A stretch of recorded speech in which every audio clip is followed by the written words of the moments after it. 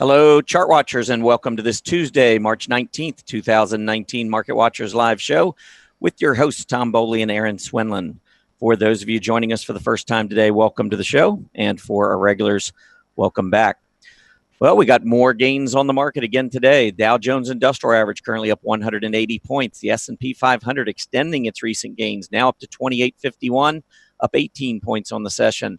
The NASDAQ up 43 points. Russell 2000, however, flat. So clearly a major laggard today. 10-year Treasury yield had climbed up about 2.63%, but it has fallen back now 2.61%. Still an issue. We do have the Fed reporting, giving us a policy statement tomorrow at 2 p.m. Eastern. So I'm sure the bond market will be watching closely and seeing what the Fed has to say. Volatility index continues to drop.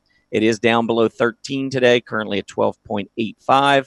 Consumer discretionary made a big breakout yesterday and is extending that move today to the upside, easily the best performing sector.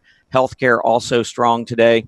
On the flip side, though, struggling a bit, utilities, probably because we are seeing a little bit of a movement up in the 10-year Treasury yield. A lot of times that will have a negative short-term impact on utilities. Broadline retailers, one of the big reasons we're seeing discretionary stocks so strong today. You can see the group made a big breakout yesterday, continuing that move to the upside today, and the big reason is Amazon. Amazon following in the footsteps of Apple and Google, making a nice breakout to the upside yesterday and continuing that move up more than 2% today. And then finally, NVIDIA, another one of the big names, one of the big leaders in 2017 that struggled so much, well, 2017 and 2018, but really struggled toward the end of the year. But that one's starting to show some pretty good signs here, rising above its 20, which is now above its 50. NVIDIA trying to make a breakout as well, helping the semiconductors. All right, Erin, it's Tuesday, and I don't know, Groundhog Day. Market just keeps going higher. Yeah, every day. I'm okay with that for the most part. I did get a little, I got a little conservative here this week with negative divergences. I picked a bad week to do it, I think. Yeah, well, it's hard. It wouldn't be so bad, except I know that we're investors too. So we don't like to miss any opportunities. But at the same time, we do tend to be, as market technicians, a little bit more conservative, I would say. Yeah, I mean, I did, there were some stocks I had some pretty nice gains on. One was 1-800-Flowers, and I took the profit. Of course, they get upgraded today. I was just going to say, I saw that. Yeah. So, but hey, I try not to look back. I always say don't look back. Look for entries where you can control your risk. And that one had a pretty nice move. So I thought it was a little risky. Apparently, it was risky getting out, not getting in. Yeah. Isn't that the way? It's easy to get in. The hardest part is figuring out how to get out. Exactly. I wish it would work perfectly for me. I really have this grand plan that someday I'm going to ride these stocks up. I'm going to get out. They're going to come right back to where I think they're supposed to go to. I'm going to get back in and ride them up again. Never quite works out that way.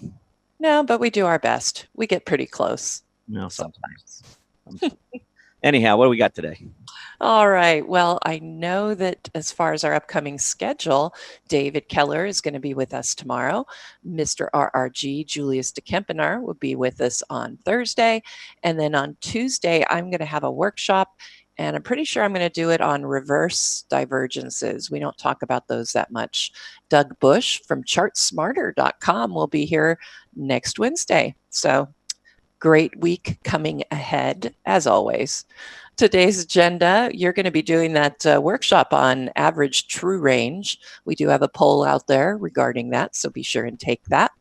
10 and 10, our very first symbol is going to be Interactive Corp, IAC, if you want to go take a peek at that. And then I will be finishing up with sector rotation. We'll see what the sector rotation situation looks like at the end of the show. All right, Tom, technical news and headlines. Let's go. All right. Well, first, let's take a look at what transpired this morning in terms of economic news. Do want to mention that the FOMC meeting began this morning, and there will be a policy statement at 2 p.m. tomorrow afternoon, Eastern Standard Time, of course. So market, a lot of times heading into those reports can be things normally are pretty quiet. I mean, we're having some pretty nice gains this week ahead of it. We'll see whether or not things slow down as we get closer to that announcement tomorrow. Earlier this morning at 10 a.m., we did get January factory orders out. They were just slightly ahead of expectations. They rose 0.1% versus the flat reading that was expected. And taking a look at the 10-year Treasury yield, this is a 2-year chart, but you can see the huge drop in the fourth quarter, just like the overall equity market did. But we really haven't rallied back in the yield like we did with the equity market. I was going to annotate here and just show you the levels to the downside when we were rising that offered up pretty good support. And that was in about, I could actually drag this one down just a little bit lower, but somewhere in that 270, 280 area. When we came back down, we were testing in that area, holding, and then bouncing. Well, after breaking below that 270, 280 area, I think it's pretty clear that each time we've been rising back into this zone, we've been struggling. So I'm not going to be overly excited about movement to the upside in the Treasury yield until we can clear that zone. So that's why I keep talking about this 2.80%. I want to see the yield move back up above that.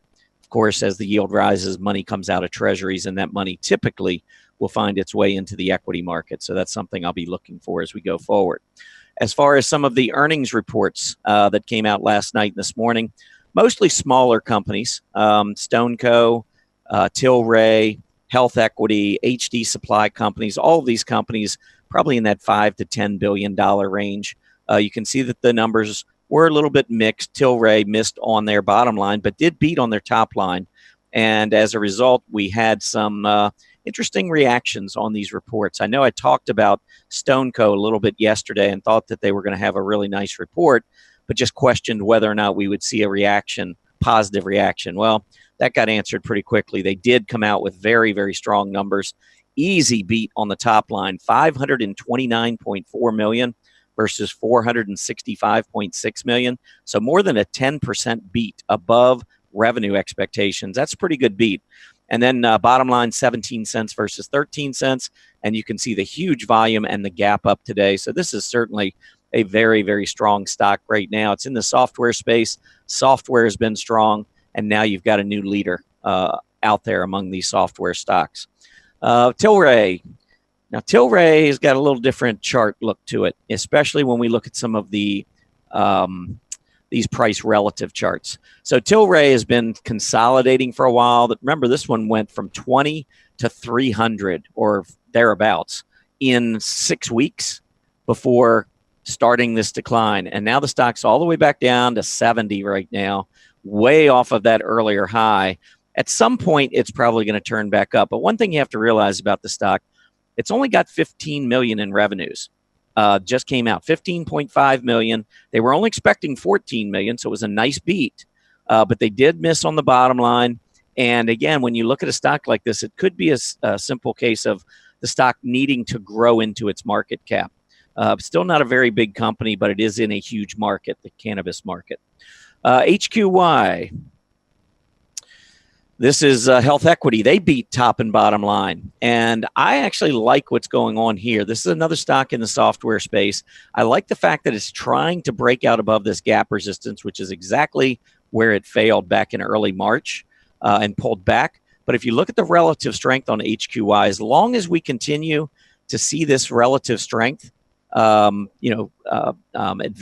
and take out the prior highs, and you can see right now we're trying to do both, trying to take out a relative high versus the S&P, also trying to take out a relative high versus its peers in software. Software has been very strong. So obviously if it breaks out again relative to software, that would be another feather in its cap. And here, I think the fact that we're breaking above that gap resistance area is very bullish as well. HDS, this is HD Supply Holdings. Now, this one, I believe, started giving us some warnings. We had a really nice move through about the third week in February. Take a look at the group. The group was moving up, and then the group started declining. And remember, the S&P 500's continued moving higher. So the group actually started to weaken, and you can see that down here in the relative chart. So it went right up just above some overhead relative resistance and then failed and has been moving lower for the last 4 weeks. So a couple problems here. Number one, you've got HDS, which is declining against the S&P 500, and it also began declining against its peers, and its peers are declining relative to the S&P. So there was definitely some warning going on here. You can see after topping in 44.5 toward the end of February, we really started to struggle, couldn't break out the new highs. And then we came out with the earnings report, which, by the way, wasn't that bad. Beat on the top line, beat on the bottom line, but the guidance was just in line. So there was nothing, I guess, with the overall group being weak. There was really nothing to propel HDS higher here. A couple of other reports that did come out. I wanted to go over these because of how they also look on these relative charts. I think this was the one that really gave us a big warning in March. DSW. Everything was looking pretty good here. Now, keep in mind that DSW is in the apparel retail space. So relative to its peers at the end of February, it was looking pretty good. It had actually broken out. But long before this earnings report came out, you can see in March, this is a stock relative to its peers that has just fallen off a cliff. And I view that as a very, very big negative, because to me, it's telling me that probably Wall Street has been, some of the firms have been out to visit with the management of the company. They don't like what they're hearing. They're going back to their offices. They're selling on behalf of their clients. And so when you start seeing relative underperformance that's this significant right before the earnings report, I would be a little nervous. And the earnings report came out. They did beat on the top line, but they missed by 12 cents on the bottom line. They came in with a loss of 7 cents. The market was expecting 5-cent profits. So pretty big miss there. Look at the volume on this drop. You want to be careful when your stock is trading this poorly on a relative basis heading into its earnings report. Could be telling you a little something there. And then the last one here is Michaels, M-I-K. Michaels beat on the top line, $1.79 billion versus $1.78. Beat on the bottom line, $1.44 versus $1.42. But did guide lower going forward. They guided their quarter one and fiscal year 20 earnings per share lower, and they guided their fiscal year 20 revenues lower. So there was a lot of downside. Now, this is a stock that fell from 21 down to 11 and change. So we're talking about losing almost half of its market cap in the last 6 months. So I think what the market is saying here is we've built in a lot of bad stuff. And yeah, they did lower their guidance going forward, but much of that probably is built in. This, to me, looks like maybe at least a temporary relief rally, and then we'll see what happens. Overhead gap resistance between about 13.5 and 14.25. I think we need to clear that before I would even begin to think positively about the stock. Now, keep in mind, this is a specialty retail group that just broke out above the highs in 2018. So it just went to a new high. And when you're looking at that and you see one of the component stocks that's been doing this, so money rotating into specialty retail, but Michaels during that period dropping significantly, that makes me a little nervous. So today's action, we're seeing a little bit of relative strength, but you can see the overall trend here is still lower. I think there are a lot better opportunities in specialty retail. One of them is the one Erin and I talked about at the beginning of the show, 1-800-Flowers, which has been one of the strongest in this space. All right, Erin, upgrades, downgrades, what do you have? All right, let's take a peek. There were a lot of downgrades today. I'm splitting, though, the upgrades and downgrades as to which ones I look at. All right, so we're going to start off with Five Below. Five Below was upgraded today by Loop Capital from a hold to a buy. They raised their target from 120 to 145. So they're looking for a beat here, of course, for the annual move here. We've got that September top, and they're looking for something bigger than that. I like the chart. I think that you're seeing right now the PMO is trying to turn back up, which is positive, of course. And then when I look in the thumbnail, I can see right now that we're actually trading below the very short-term tops we got last week. But it looks like we might be able to get up there over that 20-day EMA and prevent what could be if you look right here, currently, it could be a neutral signal on the intermediate term trend model, because the 20-day is still above right now the 50, but if we move lower than that, of course, that's what will give us that neutral signal. But I thought this one looks pretty good. I'm not thrilled with a scooter that's on the decline, and the volume has been sort of meh. But I still think it doesn't look too bad. I think you could at least look for a move maybe to the 125 level. Aqua America, WTR, was upgraded by UBS today from a neutral to a buy, and they raised their target from $36 to $42. So again, looking for a move to beat out what we saw last summer and into the fall as far as highs go. I think that this one's lining up pretty well. You've got the PMO is turned up right now based on, of course, this move to the upside. We're in an ascending triangle, which is a bullish formation. So we should expect the breakout to the upside. But at the same time, if you look right now, we haven't been able to really get above that area of overhead resistance from those two tops from February and early March. We need to, of course, do that to start the execution of this pattern. Carl and I usually talk about a decisive move on a breakout from a pattern. A decisive move is 3%. So you want to see a pretty sizable move to the upside out of this particular pattern, but I think it's lining up fairly well.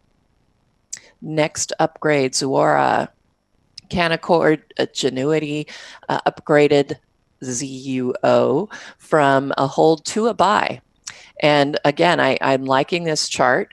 They raised their guidance to $28, which, wow, isn't that interesting? It really lines up here with when I was doing this right here at these lows. I could have probably drug it down just a bit more, but we got the breakout, which is what I'm looking at mostly from that declining tops trend line. But we still haven't managed to get over the resistance of those February tops. But I think we're set up in a pretty good way here to get that breakout and get a move higher on this upgrade. All right, let's look at a few downgrades. Boeing continuing to be in the news. I read that the Justice Department is now getting involved, and they've had some whistleblowers as far as engineers are concerned that they probably shouldn't have put this one on the market when they did. So lots more woes, I'm sure, ahead for Boeing. We've got what could be considered, and you could see it a little better in the thumbnail, a reverse flag. It's kind of a large pennant, but it is a pennant nonetheless if you look in the thumbnail. Now I connected this top here to the tops down here, but even if you look just at that second top and go in, that's a symmetrical triangle, or as I said, a pennant on the end of a flagpole, and both of those items would tell you to expect a breakdown. So I don't think Boeing's woes are behind them yet. If you're looking for a bottom fishing opportunity, I wouldn't be looking at Boeing anytime soon. All right, next one, MetLife was downgraded by Sandler O'Neill from a buy to a hold. And this one, on the downgrade makes some sense as far as the chart pattern is concerned. That's a rising wedge, and that is a bearish pattern. And the expectation would be a breakdown below this rising bottoms trend line here at the bottom of the pattern. However, there are a lot of positives here.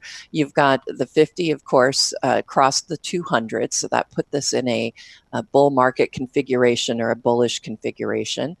And the 5 is above the 20, which is above the 50. So you've got a really nice lineup of your EMAs. The PMO is turned up in above the 0 line, and volume seems to be coming in okay as far as the OBV is concerned. So the pattern is negative. But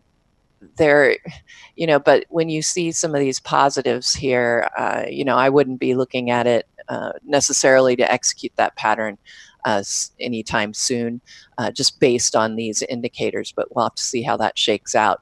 For me, I usually want to see everything line up. I don't want a bearish pattern and then bullish indicators. I want it all.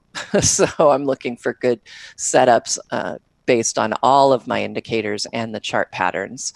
All right, so we can see that Yum Brands, this one, JP Morgan downgraded it from an overweight to a neutral. So they're basically telling everyone to go ahead and hold on to this.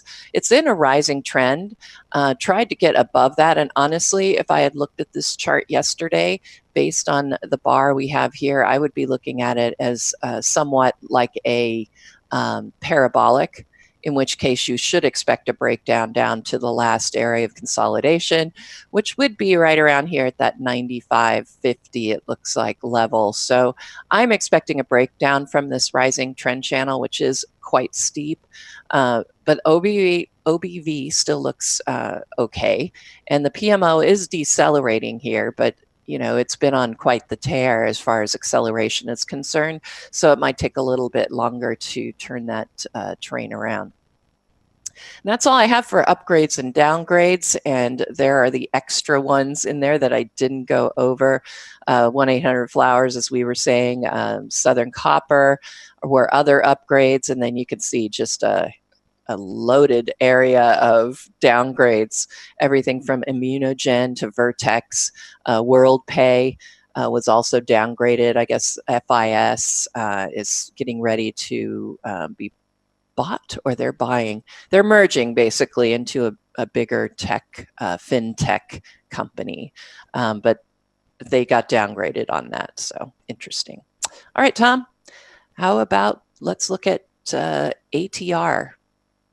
All right. Yeah, we're going to do a session today on the average true range. And what I wanted to do, I don't use the average true range. And there are certainly those here at StockCharts that do. One that comes to mind is Dr. Alexander Elder.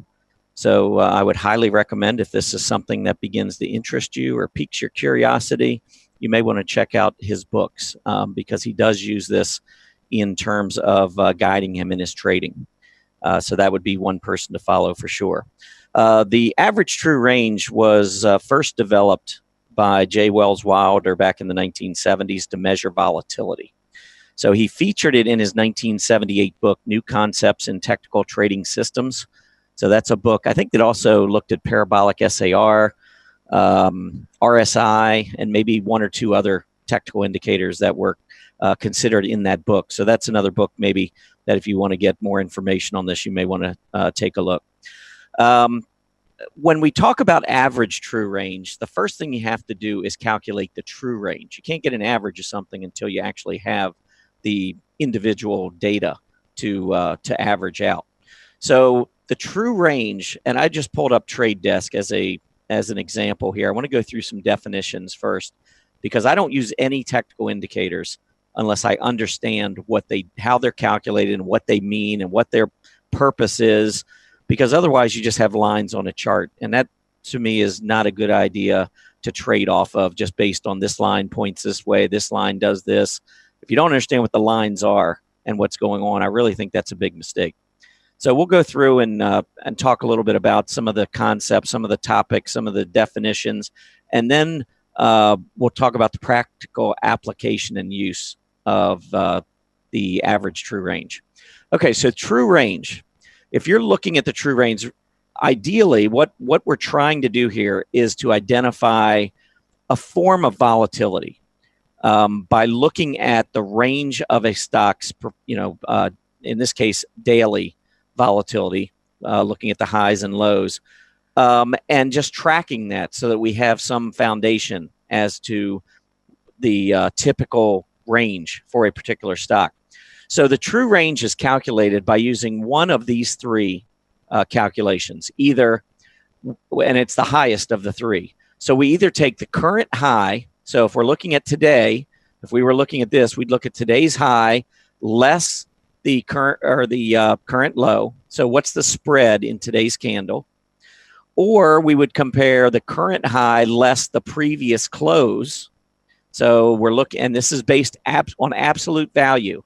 And the reason that we're going to talk about absolute value is Wilder didn't care which direction prices were going. That had no bearing whatsoever. All he was interested in was what the volatility was.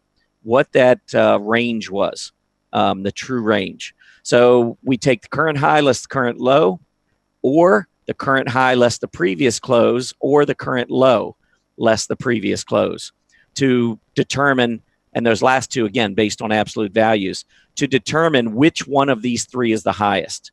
Now, when we look through candles, for the most part, I'm going to say that number one up here is going to be the calculation. Usually, it's going to be the distance between today's high and today's low. If there are no big gaps, it's almost always going to be the distance between today's high and today's low. Where you get into a day, I've circled this candle here. You see this huge gap up? Now, if I looked at the true range and just calculated today's high and low, I would look at 200 down to 173, and I would say the true range for this day is 27. But what if I took the current high, today's high, from the previous close? So now from 150 to 200 is 50 points. That is higher than the 27. So when you get these gaps, chances are, well, not chances are, when you get these gaps, the true range is going to be calculated from the prior day's close.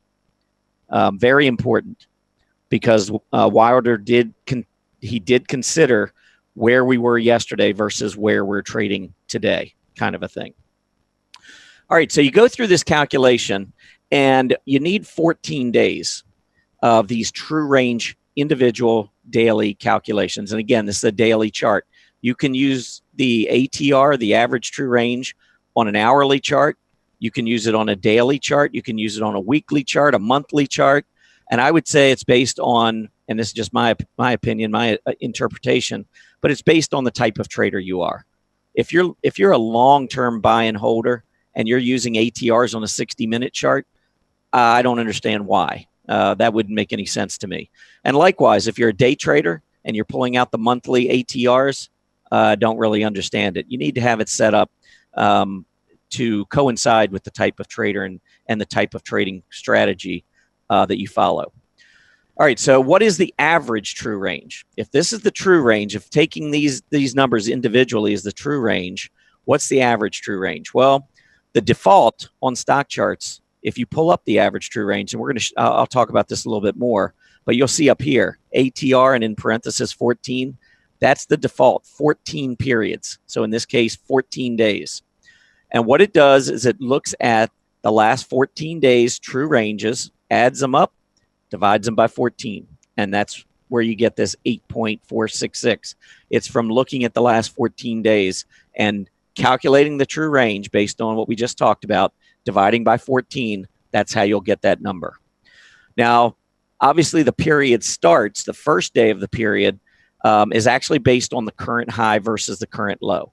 So you have to have a beginning. And so the beginning is just simply the first day's high versus the first day's low. That's your first day of true range. The ATR is the true range for 14 periods divided by 14. And then Wilder went a step further and smoothed it out a little bit by taking, when you go to calculate tomorrow, you're going to take the average true range for 13 days. And this should actually be true range, not ATR. But you add the current day's true range to it to give you a 14th day, and then you divide by 14. So that is how you're going to go through and you're going to make these calculations. Now, if you take a look at it, I mean, just eyeball it. And again, I like to try and figure out how these things work. When you get into periods where you're going sideways, and again, this is a volatility measurement. So when you're going sideways and you're not really doing a whole lot, here we move up a little bit, but really over this period, you can see that the volatility is nothing like during these bigger moves, or certainly a huge gap up like that, or these two candles. And so what happens when you get into these periods of consolidation, as you would expect, that volatility comes down. And here the ATR is dropping. It's dropping from, at this level, it was at 8.5. 2-3 weeks later, it's down to about 6.25. And the reason? Well, we're going into a less volatile period. So hopefully you can kind of see. And then once we start moving back up, then you can see the ATR starting to pick back up again. And then finally you get a big gap up like that. You can see the jump, the big spike in the average true range. All right, so hopefully you kind of, got some of the basics about true range and average true range from just looking at Trade Desk. Another thing you want to keep in mind, you know, if you're familiar with MACD and PPO, you know how the MACD you can is calculated based on the dollar difference between two EMAs, and the PPO is based on the percentage. So MACD is, you can't really compare the MACD of Google to the MACD of Sirius or Sirius XM Holdings. And the reason is because their prices are so much different. Well, the ATR is very similar in that regard, in that it's based on the prices of the stock. It's not based on a percentage. It's based on absolute dollar values. So if I'm looking at Trade Desk, which is a $200 stock, I can't compare the ATR, the volatility based on ATR, to say a $2 stock. What $2 stock is going to have a $9 range? None, obviously. So again, you've got to be careful with the ATR that you're not comparing volatility by simply looking at the ATR between two securities. Let me give you an example. First, we'll pull up Booking Holdings.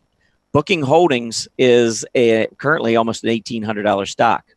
So when you look at the ATR for 14 days, you can see that it's gone over the past 3 months anywhere from about 35 up to 60, actually a little above 60. Well, a $2 stock isn't going to have a range like that. I mean, no stock, unless it's in the hundreds of dollars, is going to have an ATR, an average true range like that. So I also pulled up Sirius just so you can take a look here. And you can see Sirius being a $6 stock. Look at what its ATR is. A little over 12 cents, 12 and a half cents. So just be sure you're not looking at the volatility between two different securities by using the ATR, because it really is comparing apples and oranges. Hopefully that makes some sense. All right, I'm going to move on now, and I'm going to talk a little bit about the Chandelier Exit, because I know Arthur writes about the Chandelier Exit. He's been on our show and he's talked about it before. But the Chandelier Exit is based a lot on the average true range. So I'm going to go through and do another definition here of the Chandelier Exit. Try to bear with me. But essentially what a Chandelier Exit is, what the purpose of the Chandelier Exit is, to try to allow a trader to stay in an uptrending stock on the long side based on certain volatility parameters. So if you know you have a volatile stock, you want to use that ATR to your advantage to set a Chandelier Exit, which is basically a moving trailing stop, if you will. But let's go through this calculation, and I hope maybe you understand a little bit better. A Chandelier Exit uses a 22-day ATR. So you can see the ATR up here, 22. I specifically put that up there because if you look at the Chandelier Exit, and by the way, Chandelier Exit you can find as an overlay, whereas average true range is going to be an indicator. So that's where, if you're looking down here under indicators for Chandelier Exit, you're not going to find it. The Chandelier Exit, as you can see, is literally an overlay, kind of like a moving average. So the Chandelier Exit is based on, and this is the default, the 22-day high, because again, you're looking at a 22-day average true range. So you're looking at the highest point in 22 days, and you're subtracting that 22-day ATR times 3. That's the default setting. That's the 22 3.0 that you see there. So if we actually went through a calculation here, and I used Bank of America as of yesterday's close, so my numbers wouldn't get thrown off by using an intraday chart and having it change. So based on yesterday's close, if you look at the 22-day high on Bank of America, right here we got up to 29.96 yesterday. So 29.96 is and you can see that's the highest it's been over the last couple of months. So that's my 22-day high. My 22-day average true range is right here, 0.556. So again, based on the true range, remember how we calculated that, you're looking at each day, you're looking at the current high versus the current low, or if it's higher, you're looking at the current high versus the previous close, or the current low versus the previous close. Okay, and whichever one's higher is the average, is the true range for that day. And then you take 22 of those calculations, take the average, and that gives you your 0.556. All right. Now, what the Chandelier Exit is doing here is it's taking the high price within your 22 days and it's subtracting 3 times your ATR, or 3 times this 0.556. So there's your 22-day ATR. Here's your 22-day ATR times 3, 1.668. And then your Chandelier Exit takes that high, 29.96, and subtracts 1.668 to give you 28.29. And if you look at this blue number right here, that's your 28.29. So this is how you calculate that Chandelier Exit. And again, the purpose is to try to give you a little bit of room based on a stock's volatility, to give it some downside room so that you don't exit too early. Now, what I find when I look at this is that the Chandelier Exit might be a secondary indicator for me. But if you followed me here on Market Watchers Live or in my blog or over the years, you know I'm primarily a price volume trader. That's my number one. That's my primary indicator. So if I use something like Chandelier, it would be more of a secondary indicator. And the reason I say that is I've got this Chandelier Exit overlay here on Bank of America chart. And based solely on my support levels, based on price, I would be looking at this gap up and this pullback intraday as my key support zone. And you can see each time we've come down here, we've tested this area and we've held. So without the Chandelier Exit, that's what I would be looking at as my major support. And as long as I held that, I would be okay holding the stock. And now we've moved higher. Now, the problem I have with the Chandelier Exit, though, is that now if I were to move back down, and perhaps the Chandelier Exit would move down with it, I'd have to go back and see. But I think I'll give you some examples where it doesn't hold. But in this case, what if we moved below the Chandelier Exit, but we didn't move below price support? What would we do there? Would we exit because we're losing the Chandelier Exit? Would we go ahead and follow that trailing stop? Or would we stay in it because it's holding price support?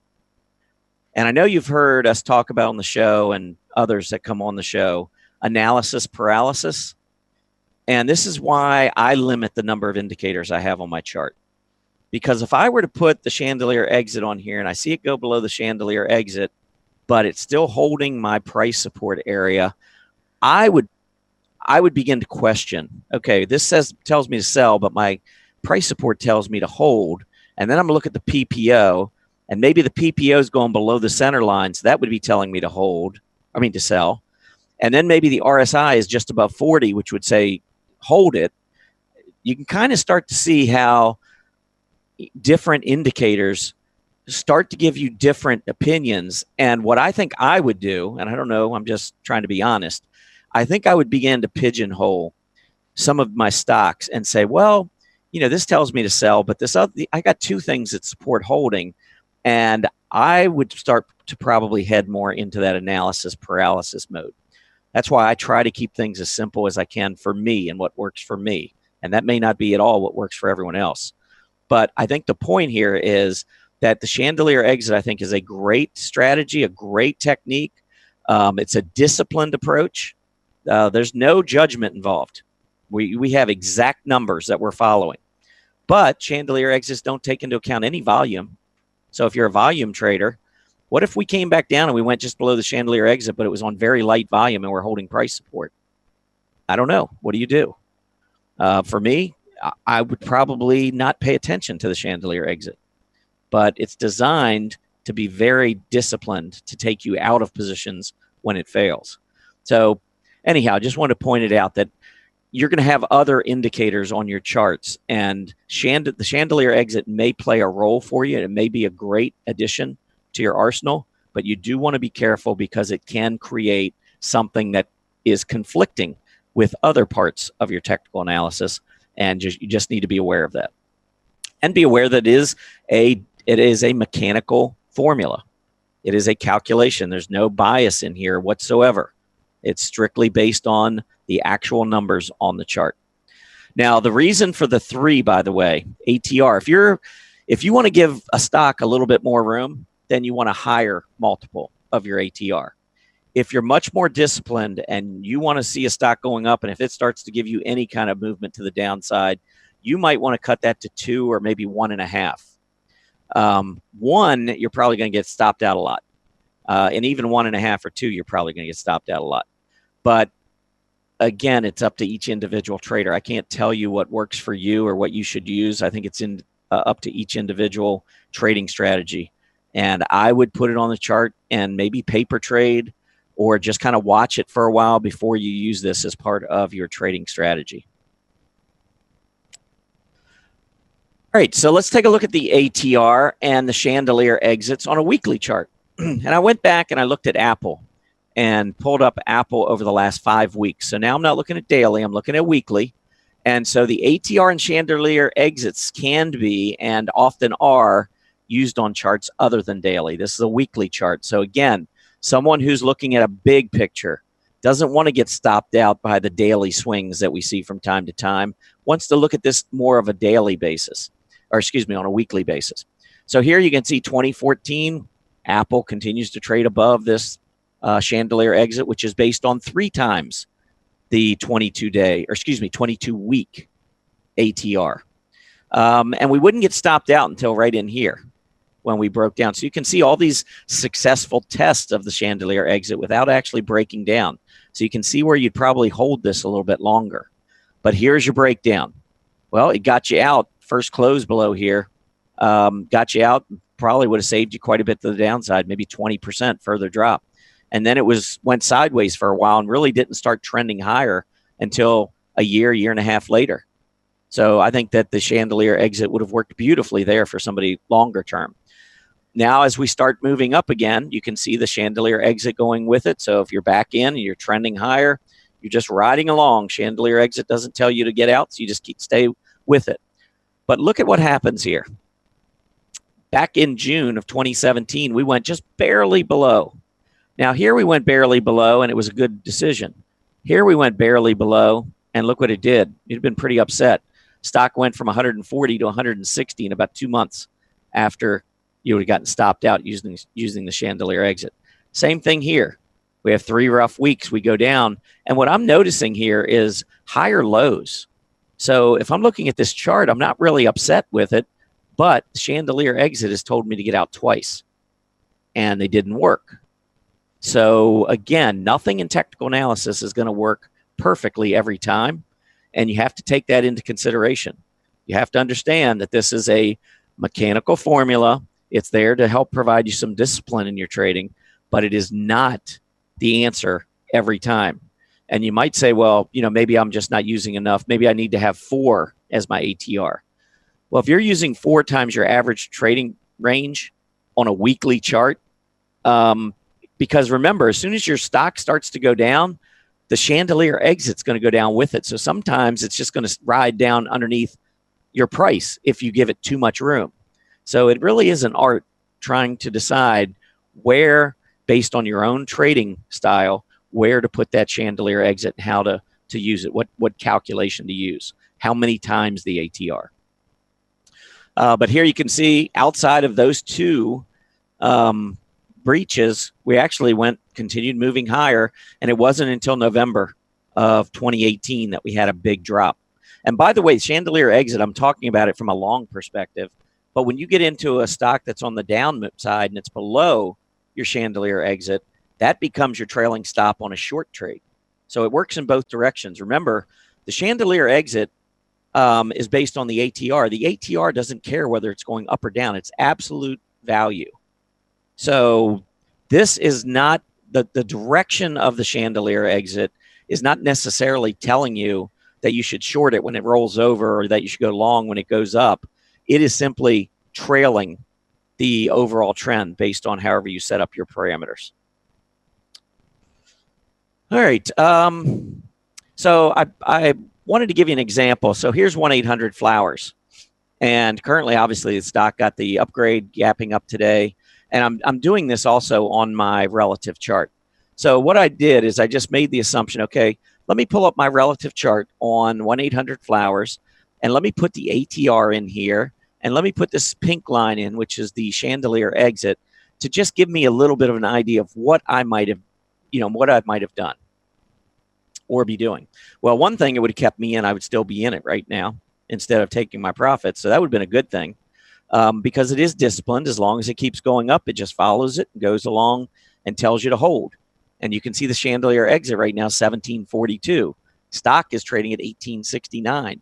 Are you comfortable giving it $1.27 to the downside, knowing that as price moves back down, your Chandelier Exit is likely to move down with it? That's something to consider. But I pointed out this circle down here because this was a big day on 1-800-Flowers. Back in early November, huge gap up. This was with earnings. This was a big surprise when they came out and they beat their revenue and earnings expectations. Stock gaps up from $10.40 to $11 and then prints this huge candle. Now, if you followed the way I trade gaps, I'm always interested in the top of gap along with that intraday low to the downside. So 1-800-Flowers in December would have come all the way back down to my buy point. Well, as it was hitting my buy point, look at what it did with the Chandelier Exit. It went below. So if I had gotten in somewhere over in here, the Chandelier Exit would have been telling me to get out just as I'm hitting my primary support area. And so I would have been wanting to buy the stock. That may have kept me out of the stock if I, viewed this equally to price and volume. This may have kept me out of the stock because it's giving me a bearish signal. It's below the Chandelier Exit. So again, you've got to look at all of this in context with your timing, your trading strategy, the period that you're looking at, the type of security you're trading. 1-800-Flowers is a smaller company. It's going to be extremely volatile. And you can see that with these huge moves in the ATR from time to time. When you get these big moves, look at that big gap up and look what happened to the ATR. So the ATR is going to still stay, quite a bit below price, but it is going to go shooting up with those big gaps. All right. I think I'm going to look at one more. Let's take a look at Monster. I don't know if I want to use this on a daily or a weekly. All right. Yeah, let's look at this on a daily chart. Now, you can see Monster, big gap up on earnings, big heavy volume gap up back in the end of February into early March. And you can see that we jumped up with the Chandelier Exit just below the top of that gap. Now, it gets you out at $62, but now I'm getting back down to a key gap support and 50-day moving average on Monster, which I actually like. I think the stock looks much better here than it did when it was up at 66, just because I thought there was a lot of downside possible. But notice that the Chandelier Exit did not hold it here. And as a result, we went down below, and it would be giving me an opposite signal of what I would be looking at if I wanted to trade this. If we get a reversal, we could get a hammer right at the right at the gap support. And that, to me, would be a pretty good signal because I can manage my loss to the downside. But again, Chandelier Exit is not going to be providing that for me. So that is something, again, that we need to consider as we go forward. Now, maybe using the Chandelier Exit in concert with some of the relative strength. Again, this is not something I've really looked at, but this is something that we could consider in our trading as we go forward. And I would suggest, when you go through and you look at any of the indicators, any of the overlays on stock charts, start out in chart school. One of the best ways, for instance, let me pull up this to show you. If I type in average true range into the search box and then show me all, instead of support articles, go to chart school articles. And here is average true range. Here's a great discussion of what I went over earlier and actually gives you some of the numbers on calculating the true range. For instance, here's the high minus the low, and here's the high minus the closing price and the low minus the closing price. Notice that the true range, the first 6 numbers is always the high minus the low. The only time you get a different calculation is where you get gap ups or gap downs. But there's a lot more you can learn here. The other thing is the Chandelier Exit. So again, Chandelier Exit, chart school article, click on it, and it'll go through exactly what we just talked about, showing you tables on numbers and so forth. So if it's still a little bit unclear what I went over, because I know it's a new concept, start talking absolute value, different, 14 days versus 22 days, daily, weekly, multiplying it by 3, 4, whatever. There's a lot of different complexities and different ways you can look at this. Go back and check out the article. I think the chart school is always there for reference if you have questions about any topic. So let's go ahead and pull up the summary slide. Some of the things we talked about, the definitions, practical use and application. It considers absolute trading ranges, not worried about the direction. We're just trying to see what the volatility is on a particular issue. It can be applied to any time frame. It is not a good idea to use it to compare volatility among different securities because, again, it's based on dollars. Higher dollar stocks are going to have higher ATRs. Lower price stocks are going to have much lower ATRs. And then finally, the Chandelier Exit we talked about could help set trailing stops based on the ATR if that's something that interests you. Dr. Elder has been on the show. He talked about average true range a little bit. So if maybe you're still a little fuzzy, maybe today helped to explain some of that for you. But again, if this is something that you really want to get into, it's not my area of expertise. I would strongly recommend you take a look at maybe Dr. Elder's book, where he does discuss much more about average true range and how he uses it in his trading. All right, Erin, I think that is it. Maybe we can pull that poll up and talk a little bit about it. Do you use the average true range at all? I do actually now and then because Dr. Elder does, and he is, my hero. And, I've found it interesting as far as trying to figure out, exit points, but sometimes it's kind of helpful to use it for an entry. Just, it's hard to make that search, but a lot of times you can find stocks that have dipped below, their average true range and are starting their way back up. And, I've found a few interesting stocks that way. Mm-hmm. So I would say I'm familiar with all of them.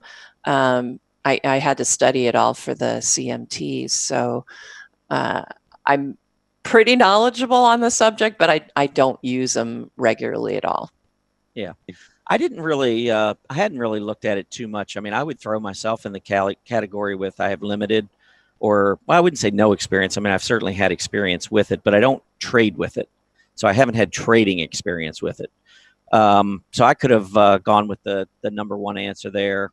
I'm also, I literally probably could have I've used both, but could use more education and practice. I mean, this was actually a good thing for me to go back and go through everything in the chart school to put this together for everybody. But I'm glad I did, because I see only 4%, or only 4% say that they are knowledgeable, very knowledgeable on the subject. So I think maybe I picked a good topic, at least for everybody to take a look at and consider, because we have so many tools here at StockCharts, and some are for some people and some are for others. It's everybody's got a different taste on what they like and what they see on the charts and what it means to them. And so hopefully it helped to go through some of these concepts today. Yeah, I enjoyed it. I think it was really presented well and visually. A lot of times just seeing formulas, it just doesn't really click until you see it on the chart like you did it. So that was great. Yeah, I have to know formulas. I have to know what makes an indicator tick for me to even think about using it. For me to say, oh, well, this line went down here and it crossed over, and therefore I'm just going to go in and put $10,000 into a stock. Right. That's not happening.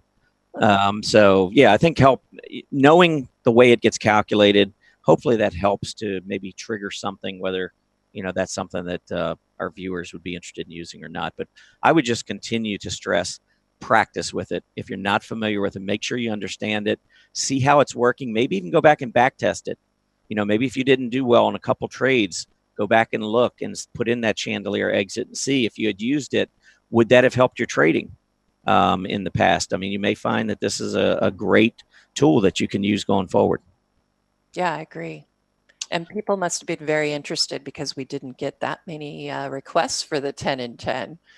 I always determine if there's a long list that, people maybe aren't paying quite as much attention, but when there's a very small list, people were really watching. So I thought that was interesting. All right. All right, so let's bring it up. I'll just show you that RRG very quickly. And like I said, it's not too crazy because we didn't have that many requests today. There were a lot of repeats as far as our requests, and I do try not to give repeats for about a week. So don't be too upset if yours doesn't get shown. But there were quite a few that we've looked at in the past week. So I'm trying to mix it up a little.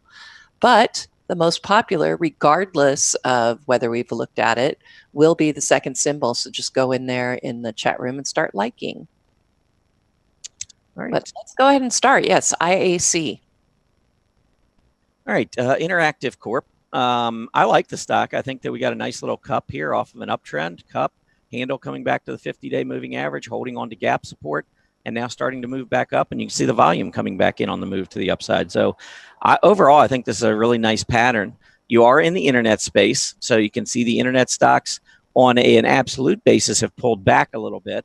But Interactive Corp showed a lot of relative strength back in the I guess it would have been third quarter of 2018. And since then, it's just kind of gone along for the ride. But going along for the ride when the group is actually beginning to outperform again is not a bad thing. So I actually think this is a good-looking stock, nice-looking chart, and a breakout above 222.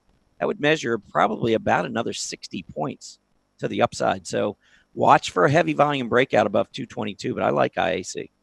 All right. The most popular in the chat room happens to be Roku.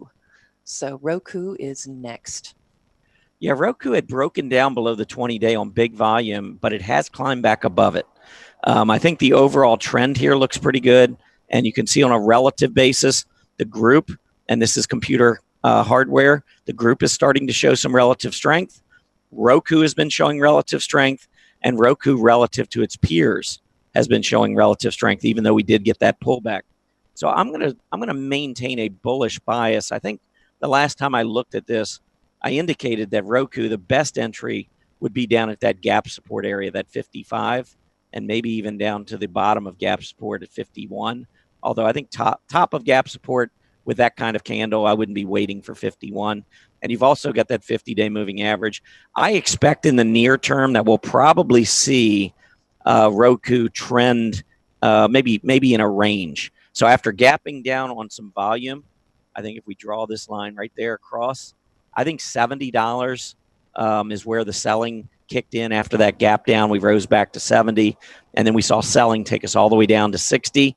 Now we're back up in the middle of that range between 60 and 70.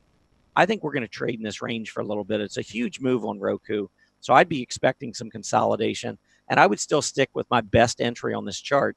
Don't know if it's going back down there, but my best entry on this chart would be $55. All righty. Next one up is our only, well, it looks like we had two healthcares.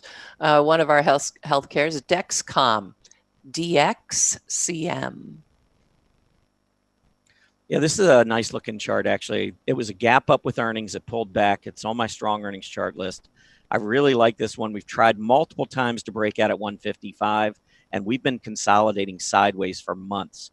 So what I would simply say, and here you can see medical supplies has not been a good area. But even though it's been a bad area, here's a stock that within that space is still trying to break out. So you have a pretty good stock within a group that just has been underperforming. Still, if I get a breakout close above 155, I'm going to feel really good about this stock. To the downside, I think you've got some pretty good support now at 135. We're consolidating there and have been for 10 weeks or so. But look for that breakout, a close above 155, increasing volume, and I think you go higher. All righty, let's see. Next one up, Visa. V. Visa V. Mm-hmm. All right, Visa breakout.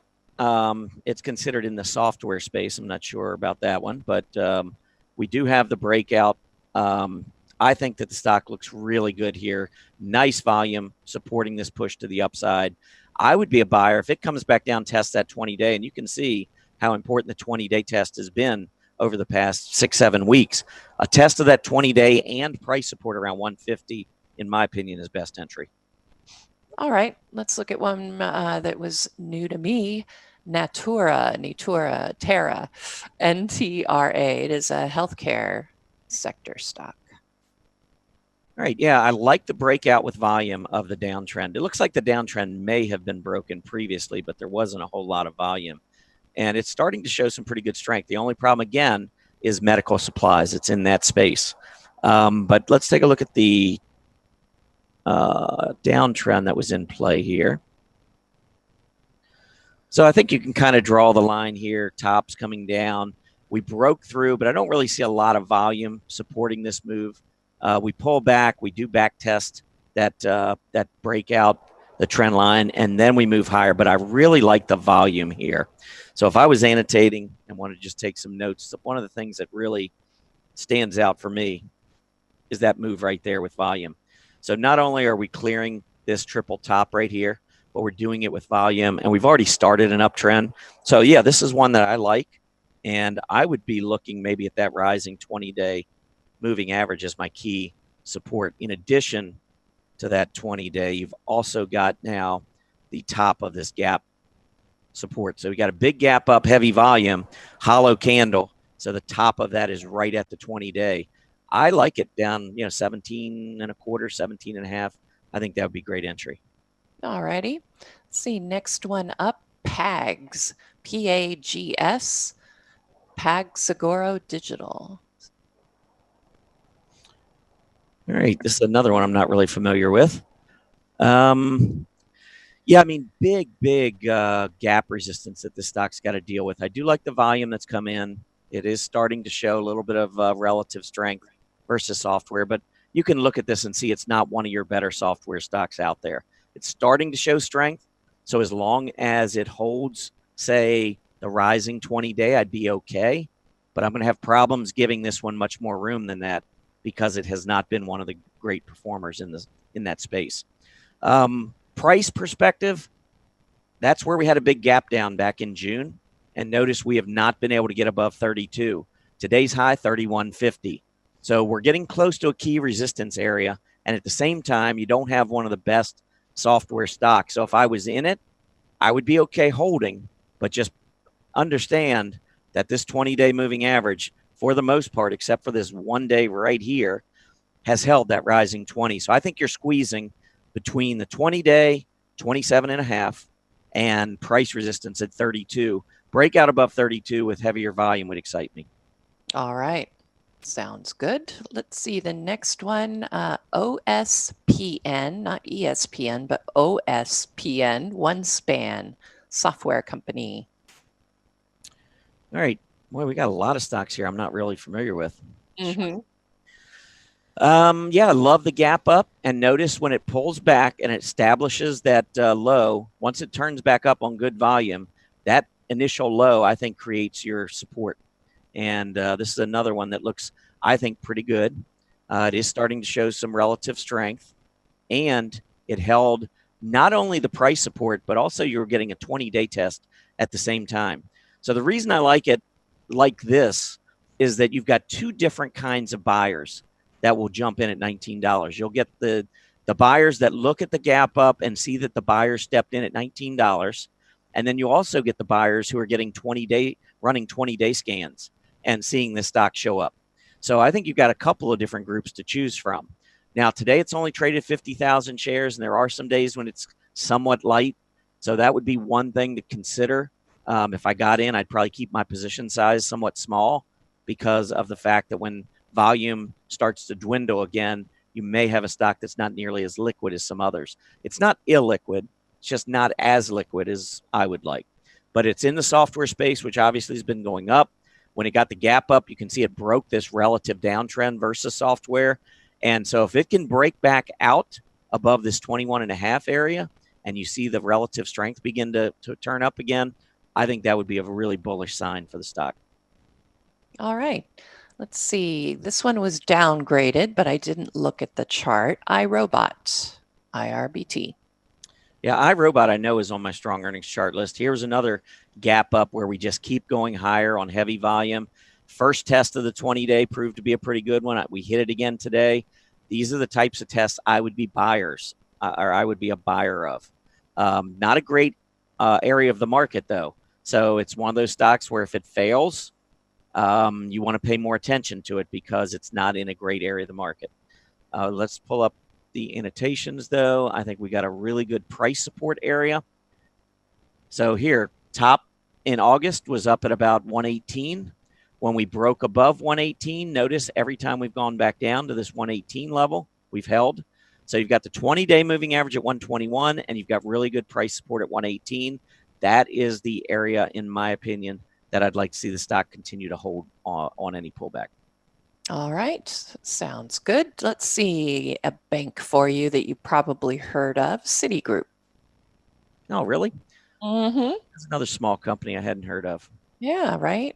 Citigroup, nice breakout. Banks are starting to show much more strength. You can see clearing to new 2019 highs on the bank index, which is good. They are still lagging. And I could pull up the 10-year Treasury yield and subtract the 2-year Treasury yield to give you that spread. And that would look almost exactly like the bank chart. That's the reason why banks are underperforming, is that yield spread has been narrowing, and that's difficult for banks to make more money if that net interest margin is squeezing. But they are still participating in the move to the upside. So relative strength isn't great, but they are making new highs in 2019. So I wouldn't be looking for outperformance just yet in the bank area, but I do like banks in general. I think they're going to go higher. I just don't, until we start seeing that 10-year Treasury yield pulling away from the 2-year Treasury yield, I think that this is a group that probably lags on a relative basis, but you can still make money with the group. Watch 67.5. I think that's going to be an area of some overhead resistance. I could probably drag it up to about 68, actually. But 66, 68 is obviously a couple key areas on Citigroup, so let's see if we can get through. All right. And our final one, Kratos Defense and Security Solutions, KTOS. Yeah, defense stocks have kind of struggled. I mean, we saw some strength for about 7 or 8 weeks, and then they started rolling over. The markets continued going higher, but defense have rolled over, and we're now below where we were 3 or 4 weeks ago. And so on a relative chart, you can see what's happening here. Defense stocks, over long periods of time, great place to put your money, or at least part of your money. Short term, though, I'm going to say since April of last year, this has been an area which has been difficult. But Kratos has been a pretty good relative performer. So it's outperformed the S&P until the last 4 weeks because it still has done well, even with the defense group not doing so well. But I don't like the failures on the 20-day every time we go up and challenge that. So let me annotate that. But right there, we try to get through the 20, we fail. Now today, we're coming up, we're testing the 20. So far, we're failing. And if I pull up the support area, we went just a little bit below it. We came back up, but if we can't get through the 20-day, we're likely to come back down. Another new low, I would not like at all because, again, you're in a group that is not a favorite in the market right now. So if this stock starts showing more bearish characteristics, failing at the 20-day, putting in new lows, losing price support, and you know you're already in a group that's not being favored, that is a reason for me to get out of the stock. So I think it's been a great performer, but I would not have any excuses for it if it were to close below, say, 1540. All right. That concludes the 10 and 10. Here are the symbols that we just went over. I will get these up in the Market Watchers Live chart list. Just go to the blog's article tab, click on the Market Watchers Live blog, and the link will be right there at the top. I also include the link in all of the Market Watchers recaps that you'll find there as well. All right, we'll be back after this short message. Join us April 1st to April 5th to celebrate our 20th anniversary here at StockCharts.com with special guests Arthur Hill, Greg Morris, Gaddis Rose, Martin Pring, and John Murphy.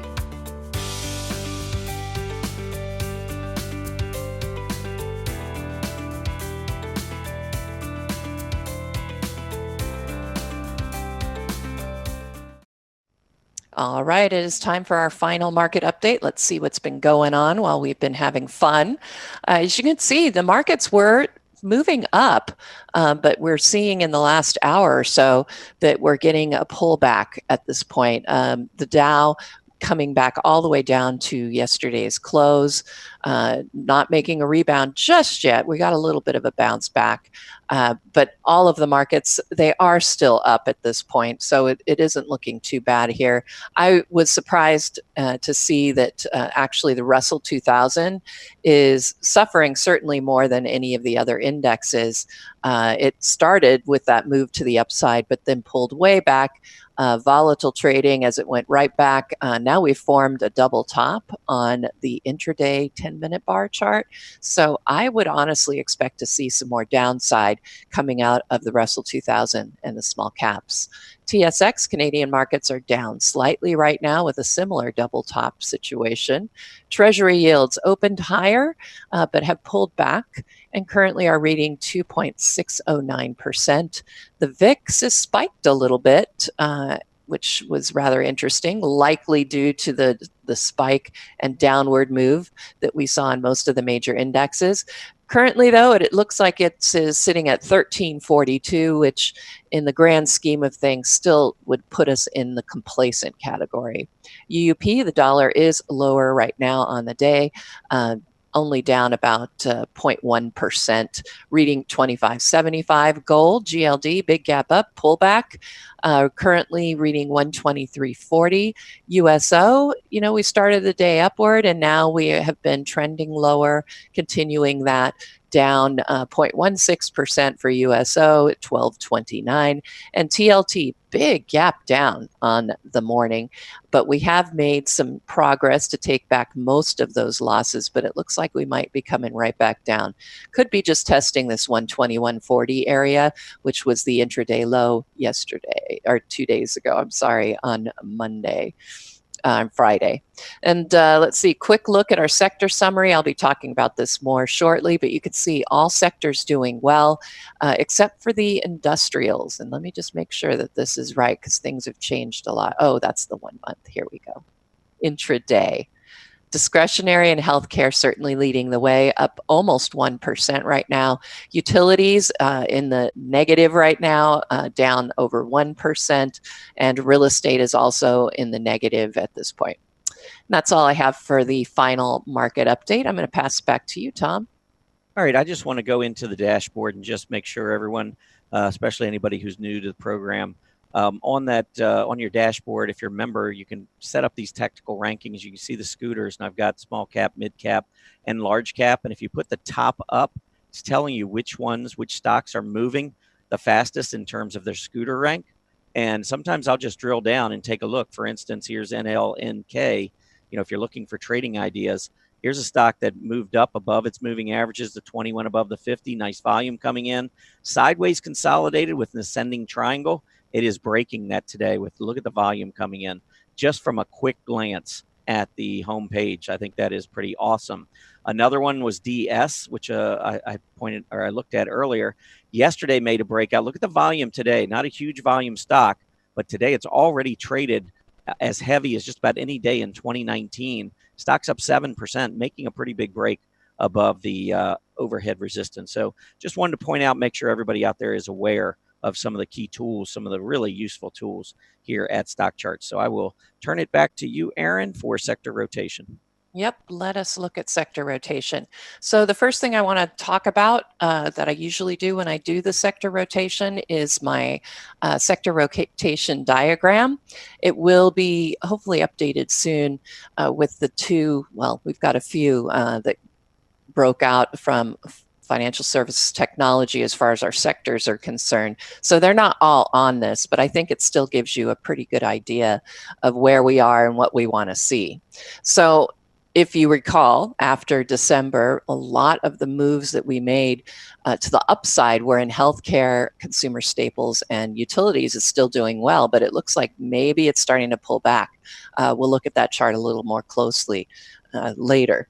So once you have this in your early contraction, the next thing we want to see is the financial services and the cyclicals or consumer discretionary to start improving, because that tells us we're later in that contraction, and then we want to start seeing the expansion. Now, I know technology has been one of the big gainers on the big rally we've had since the December lows. So that is a good situation that you want to see. But financial services have really been lagging. We kind of haven't seen much come out of that, but technology and discretionary have started to improve.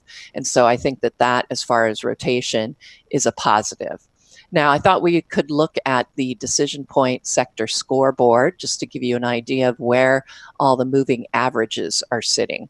So if you are on an intermediate term trend model buy signal, that means that the 20-day EMA is above the 50. And as you can see, we've seen that on all of our sectors. The long-term trend model is based on the 50 and 200-day EMA. So the 50 is above the 200 when we're a buy, and of course it is lower than the 200 when you're on a sell. And I find this very important as far as our trend models go, just because this tells you whether you're in a bull market situation for that sector or whether you're in a bear market situation for that sector. You want to see the 50s above the 200. If it's below, I always am concerned, because that means that even if we're seeing a good rally somewhere with the 50 below the 200, it just concerns me, because now you have to consider the negative repercussions more. Your bear market rules. So if your 50 is below the 200, you need to exercise caution, because if you see a bullish pattern or a breakout, a lot of times it's going to fail just for the fact that the 50 is below the 200. So that's why we pay close attention to that. So which ones are on sell signals? Still in the long term, we've got comm services, energy, and financials. Like I said, financials have not been doing well, and energy certainly has not been doing as well either. Materials are also on a long-term trend model sell signal. So where do these sort of line up as far as our rotation pattern goes? Well, there's energy and there is materials. So those are the two of the big ones that you can see. And then you have financials, energy, materials, and then the financial is the one that's sort of interesting because it is on the opposite side, and we're still not really seeing much improvement as far as the financials go. All right, so let's go ahead and start looking at a few charts and find some interesting information. So I'm first going to start. This is our sector summary. There are various ways you can get to it. Probably the easiest is to go to the Charts and Tools tab, and it's right there on that front page. So this will automatically default to what's going on intraday, which is what I was talking about during our final market update. And this is good because you want to see what sort of is happening during the day as far as where the strength lies. And, seeing utilities and real estate near the bottom of this list, these are defensive areas of the market. And so when we see them lagging, that tells you, that we aren't seeing investors quite so defensive right now. And like I said, I'm going to talk about utilities a little bit more because I did mention on the show a while back that I had gotten into XLU as a defensive position because we were rallying. I wanted to be taking advantage, but I also wanted to stay on the defensive side of things. And so utilities was one of the places, and staples, where I really just bought the ETF, XLU and XLP. I know that Tom and I have talked about it when things are looking a little volatile or things aren't, shaping up the right way. It's better to help your risk reward by moving into a sector ETF, maybe a defensive one. Or like I said, things are starting to look up for technology and discretionary as well. So this is intraday. This is what's happening today. But what I wanted to start off with was the last 6 months. So this would put us just before a lot of the decline started, certainly well below the December lows. And were we getting any kind of information here to tell us what was performing better than the others? And you can see right here, all four of these really are considered defensive. And all of these over the past 6 months have been leading. Healthcare, because it's not had the best time in the last month, has fallen near the bottom of these four. But you can see that really off of that, when we went into the decline and started to come out of it, these were the sectors that were leading. Now, if we move down the list here, we go to the last 3 months. So this would take us, let's see, 3 months ago, before that December lows. But you can see that really the improvement started, all of them, because of course in the last 3 months we saw coming out of those December lows some really great movement. And where was it coming from? It was not coming from the defensive sectors. Sure, they did very well, but they were at the bottom of the list, not at the top. And who are the leaders, at least over the past 3 months?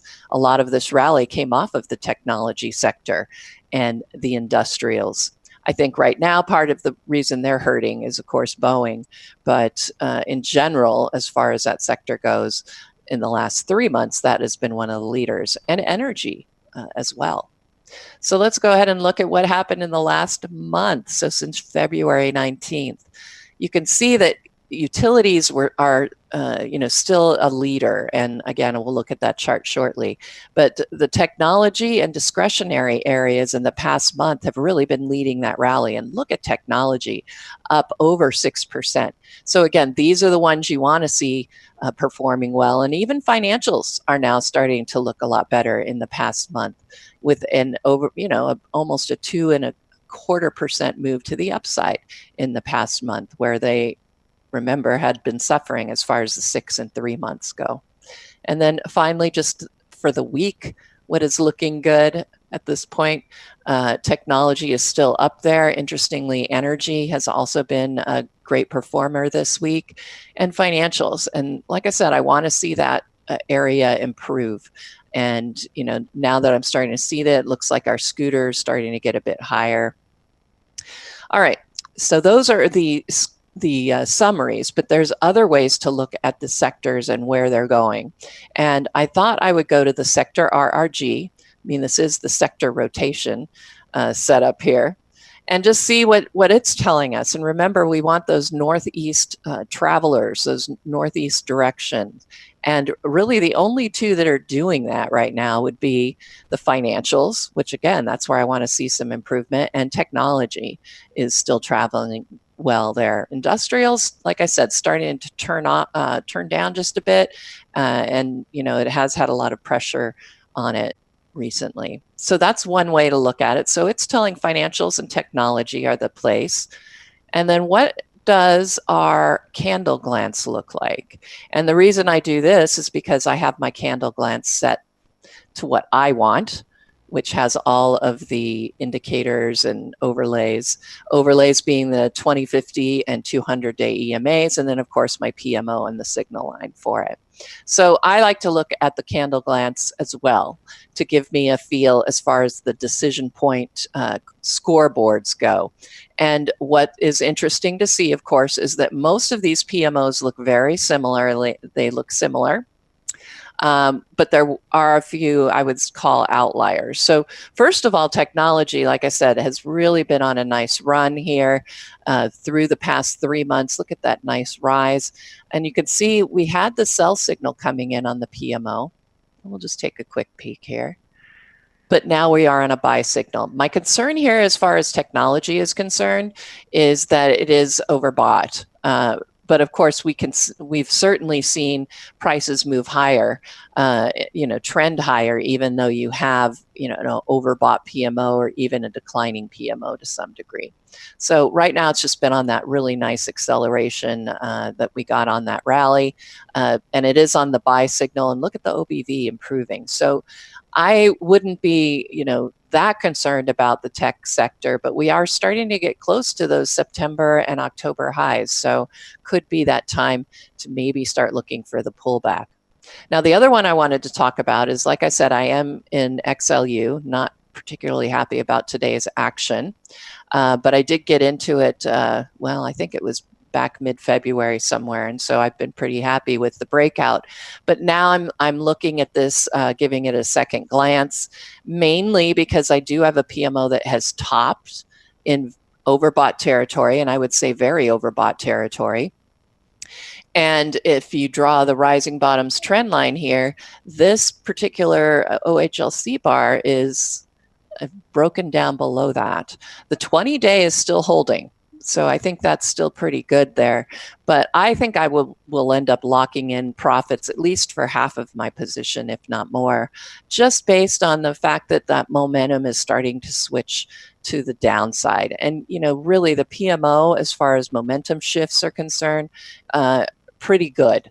I mean, you can look at some of these tops where we had the, had things turn around. Now that didn't amount to a whole lot, but you can see we had the PMO trying to top back here even before we got the big decline. So I am looking at utilities with an eye of possibly considering selling at this point, at least half the position, like I said, to lock in that profit, which is a pretty tidy sum right now. So I would rather lock it in rather than write it down.